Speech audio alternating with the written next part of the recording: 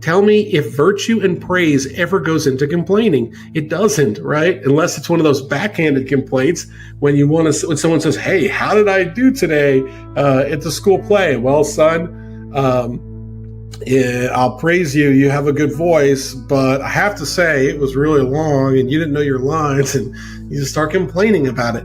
Virtue and praise, it's never in complaints. Good report, that's what we're supposed to focus on, the good report, the good news of Jesus Christ, good news of his return, good news of God's promises, good news of the Father right here with us to fellowship with, and having the Holy Spirit living within us. That's good news, being saved, being called according to his purpose, being used for his glory.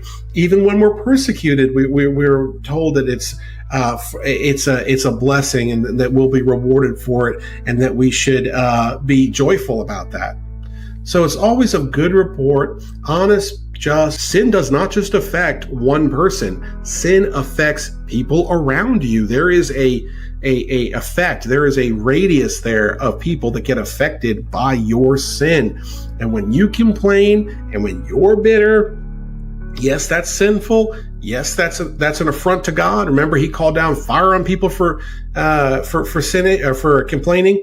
When you do that, that sin can actually affect. Think about this. Maybe you're just complaining night and day about your car, and God says, "You know what? I'm just going to take this thing away from you and see how you feel when you have no car.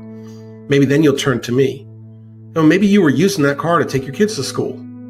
See? It affects us all. It's a simple example, but you get the idea that we should not complain, not just for our own well-being, but also for the well-being of those around us. Verse 13, the result of gratitude toward God is abundance. All right? That our garners may be full, affording all manner of stone, that our sheep may bring forth thousands and 10,000s in our streets.